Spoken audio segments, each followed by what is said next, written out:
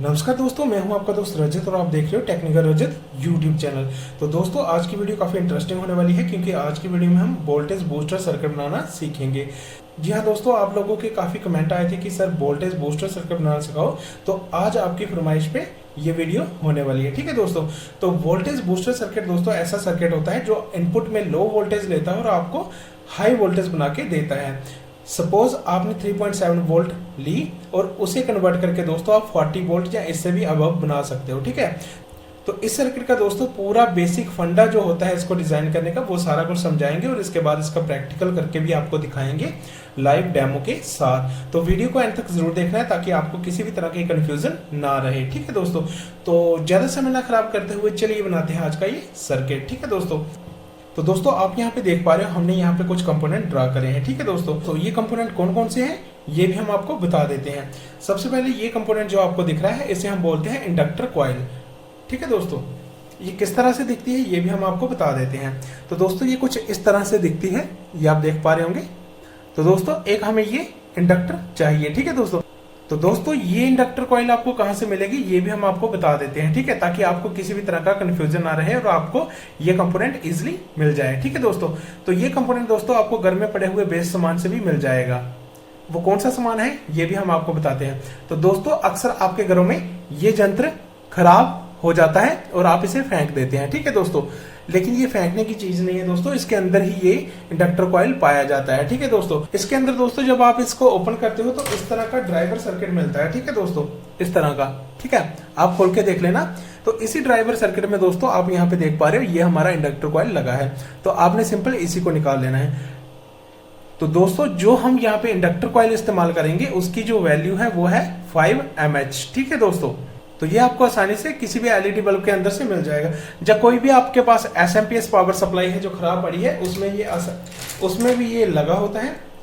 ये अब यहाँ पे मेरे पास एक एसएमपीएस पावर सप्लाई है, तो इसमें भी आप देख पा रहे हो ये एक ड्रम कॉइल इसमें भी लगा है। तो ये काफी सारे सर्किट में लगा होता है, आसानी से मिल जाएगा आपको। ठीक है, तो ये रहा दोस्तों ड्रम कॉइल। ठीक है, उसके बाद आप यहाँ पे एक और कंपोनेंट देख पा रहे हो, ये कंपोनेंट है दोस्तों हमारा पीएन जंक्शन डायोड। ठीक है दोस्तों, तो ये देखने में कैसा लगता है दोस्तों ये भी हम आपको बता देते हैं।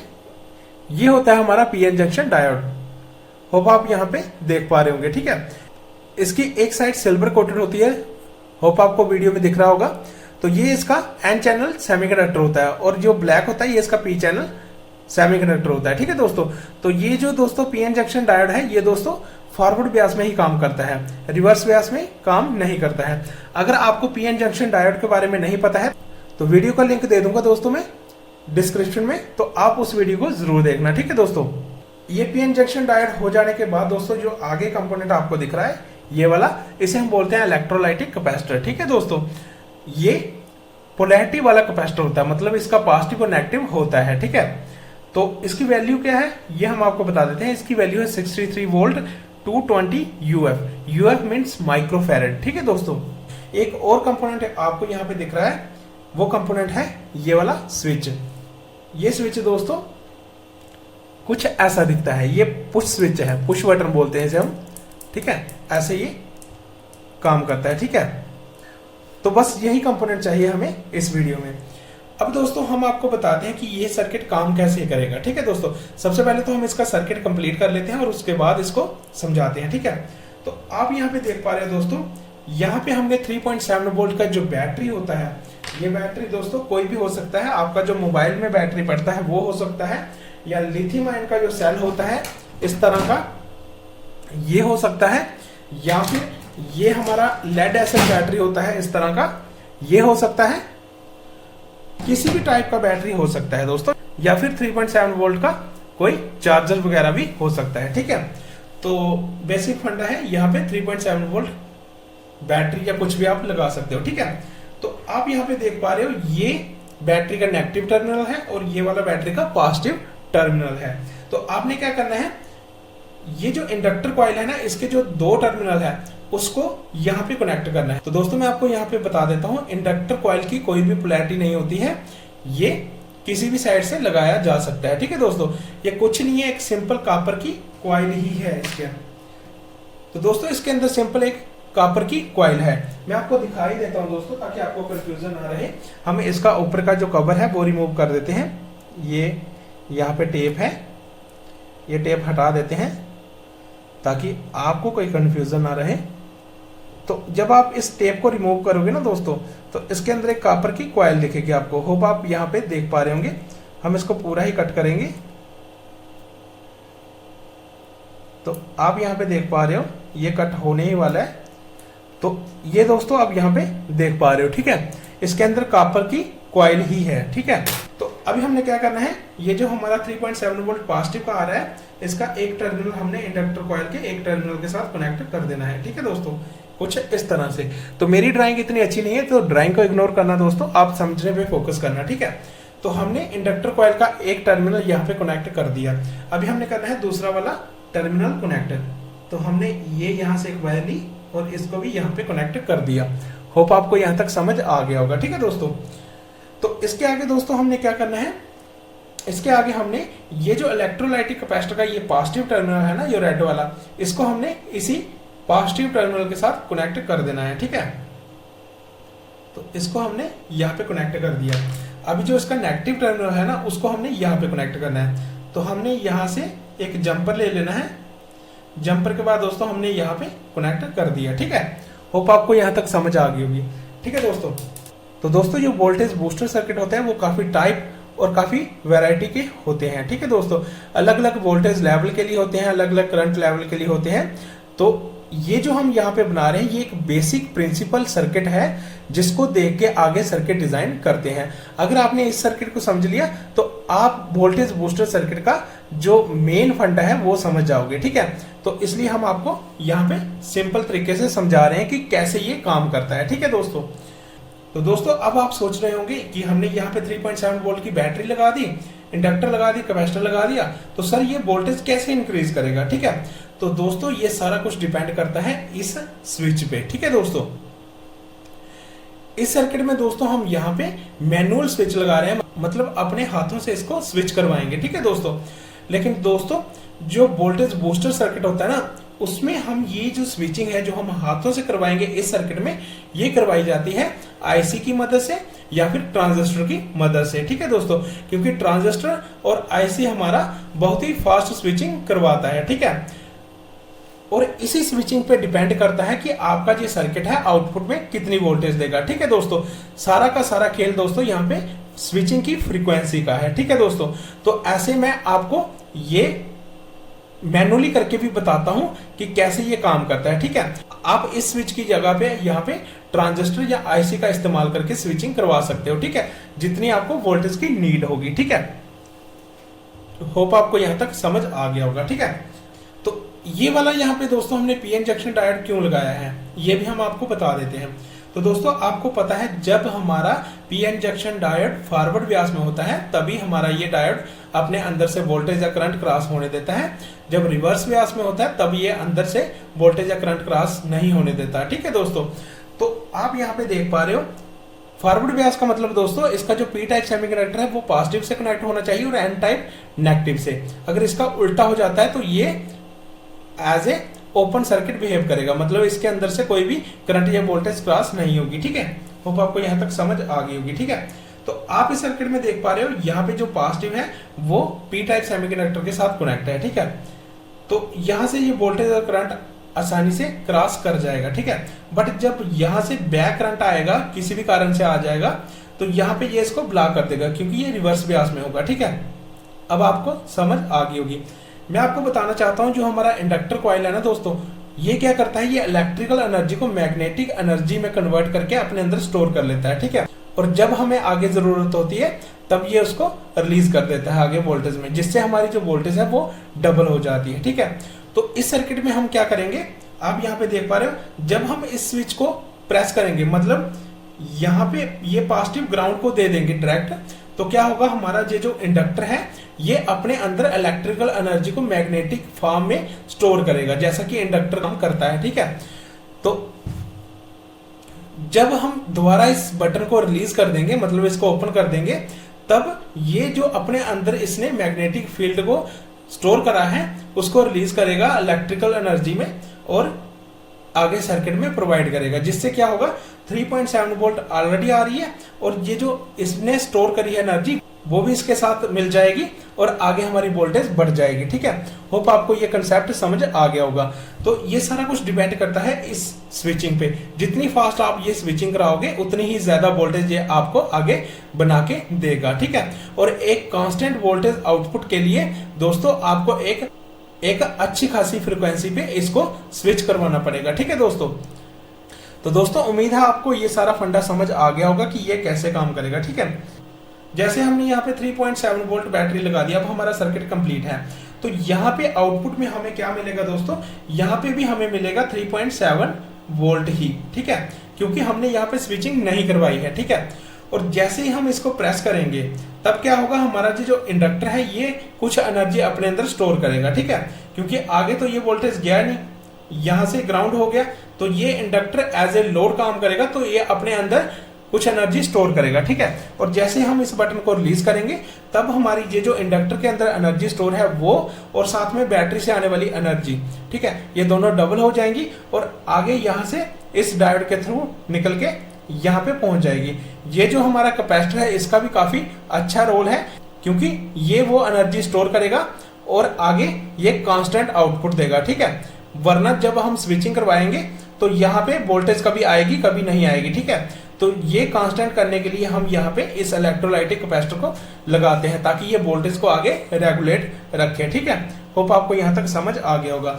इसी स्विचिंग पे डिपेंड करता है कि आपकी आउटपुट कितनी आएगी। ठीक है, तो दोस्तों आपने यहाँ पे सर्किट को समझ लिया है। अब हम करते हैं इसका प्रैक्टिकल और आपको इसका प्रैक्टिकल करके इसका डेमो देते हैं कि ये सच में काम करता है या नहीं करता है। ठीक है दोस्तों, तो दोस्तों हम इसमें इस स्विच के जरिए मैनुअली स्विचिंग करवाएंगे।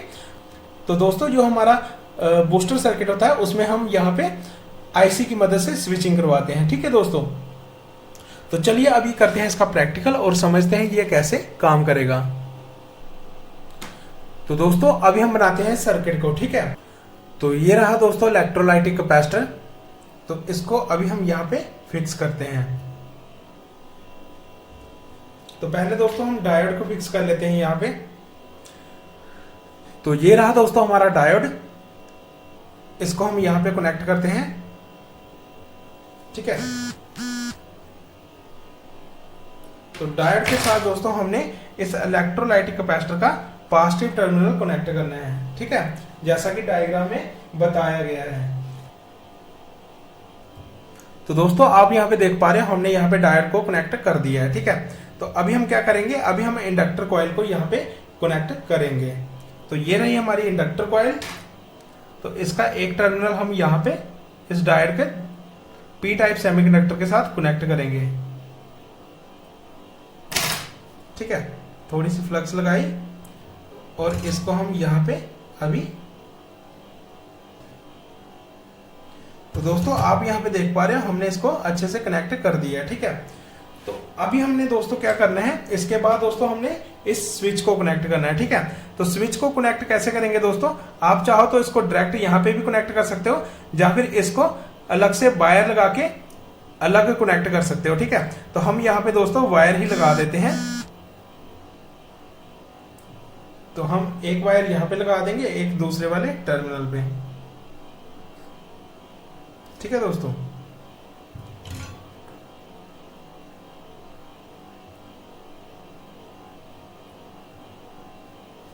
तो एक वायर हमारी लग चुकी है। अब हम यहाँ पे दूसरी वाली वायर भी लगा देंगे।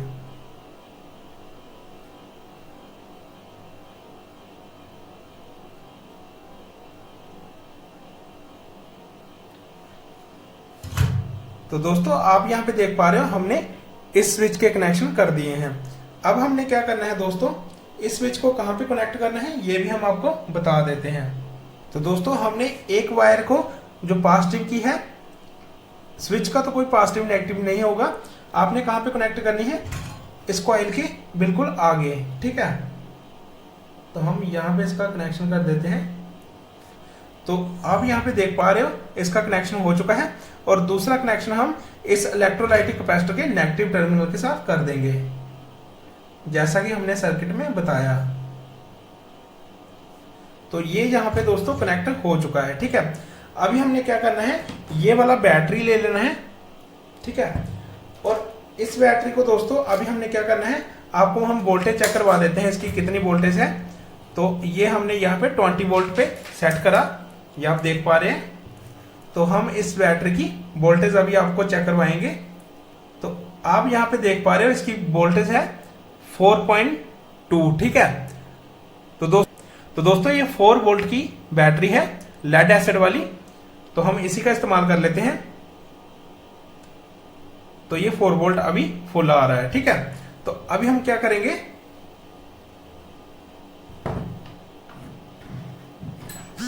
अभी हम जो इसका पॉजिटिव टर्मिनल है ना इस बैटरी का, उसको हम कनेक्ट करेंगे इस इंडक्टर कॉइल की जो टर्मिनल रह जाता है उसके साथ, ठीक है। तो ये हम यहां पे अभी कनेक्ट करेंगे।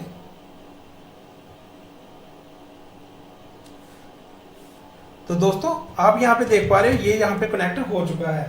तो दोस्तों अभी हम 2 वायर ले लेते हैं, इलेक्ट्रोलाइटिक कैपेसिटर के पैरेलल में लगाएंगे, ताकि हम अपने मल्टीमीटर की ये वाली जो नॉब है उसको यहाँ पे कनेक्ट कर सके, ठीक है। तो हम क्या करेंगे, आप यहाँ पे देख पा रहे हो ये यहाँ पे वायर है, तो इसको हम इस नॉब के अंदर लगा देंगे ताकि यहाँ पे फिक्स हो जाए और आप वोल्टेज देख सको मल्टीमीटर के अंदर, ठीक है दोस्तों। तो एक नॉब यहाँ पे लग चुकी है और दूसरी वाली भी हम यहाँ पे लगा देते हैं। तो दोस्तों आप यहाँ पे देख पा रहे हो हमने ये दोनों नॉब यहाँ पे लगा दिए, ठीक है। अब हमने इसको इलेक्ट्रोलाइटिक कैपेसिटर के पॉजिटिव और नेगेटिव के साथ कनेक्ट कर देना है, ठीक है, ताकि आपको आउटपुट शो हो सके इस मल्टीमीटर के अंदर। तो ये रहा दोस्तों हमारा इलेक्ट्रोलाइटिक कैपेसिटर।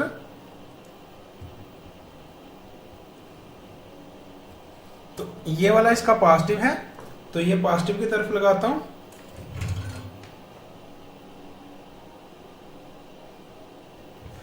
तो ये यहाँ पे कनेक्ट हो गया, ठीक है।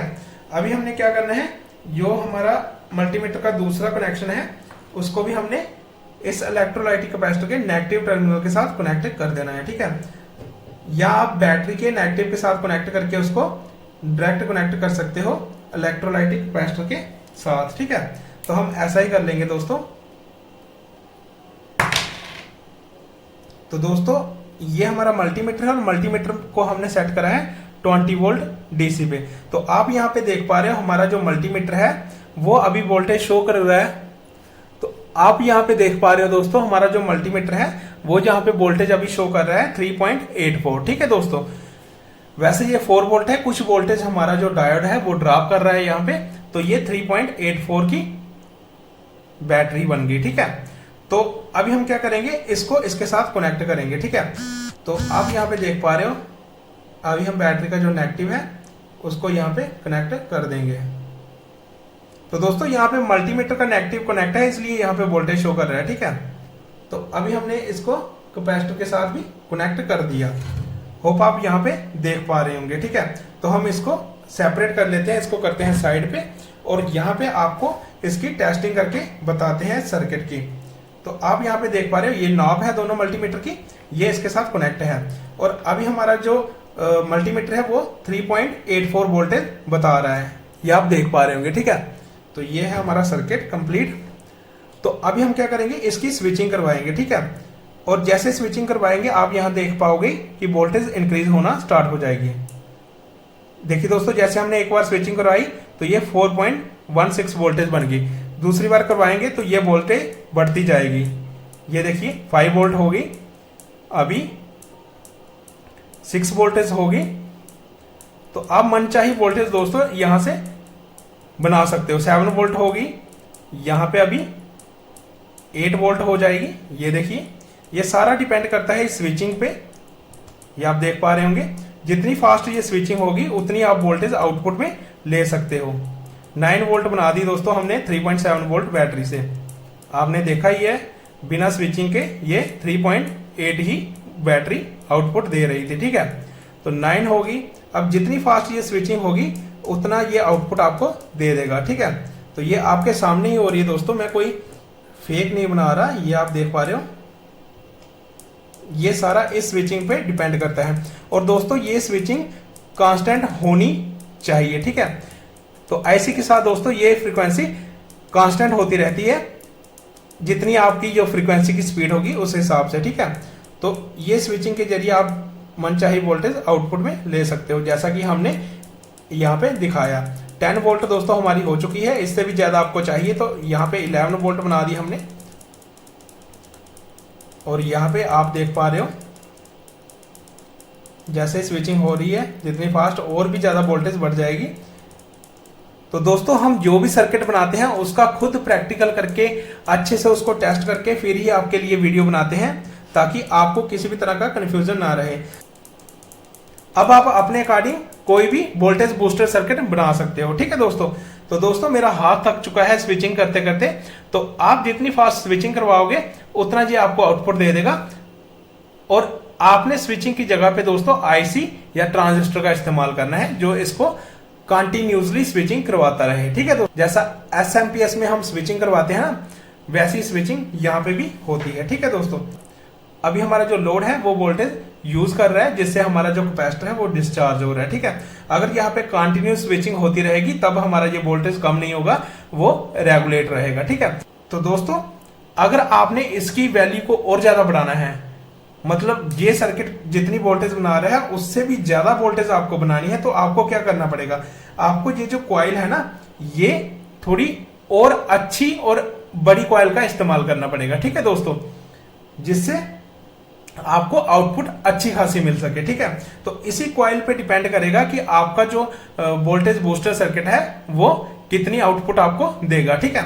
हमने यहाँ पे नॉर्मल जो छोटी कॉइल है जो हमारे 9 वाट एलईडी बल्ब में इंडक्टर के लिए लगी होती है उसी का इस्तेमाल करा है। तो आप यहाँ पे अच्छी वाली कॉइल लगा के एक बेटर आउटपुट ले सकते हो, ठीक है दोस्तों। तो दोस्तों ये जो हमारा सर्किट है ये आसानी से 300 या 400 मिली एम्पेयर करंट भी दे देगा आपको, ठीक है, जिससे आपका जो एलईडी के सर्किट हो गए दोस्तों वो आसानी से चल पड़ेंगे, और भी जो सर्किट होते हैं वो 300-400 मिली एम्पेयर पे ऑपरेट होने वाले वो आसानी से यहाँ पे चल पड़ेंगे इस सर्किट की मदद से, ठीक है दोस्तों।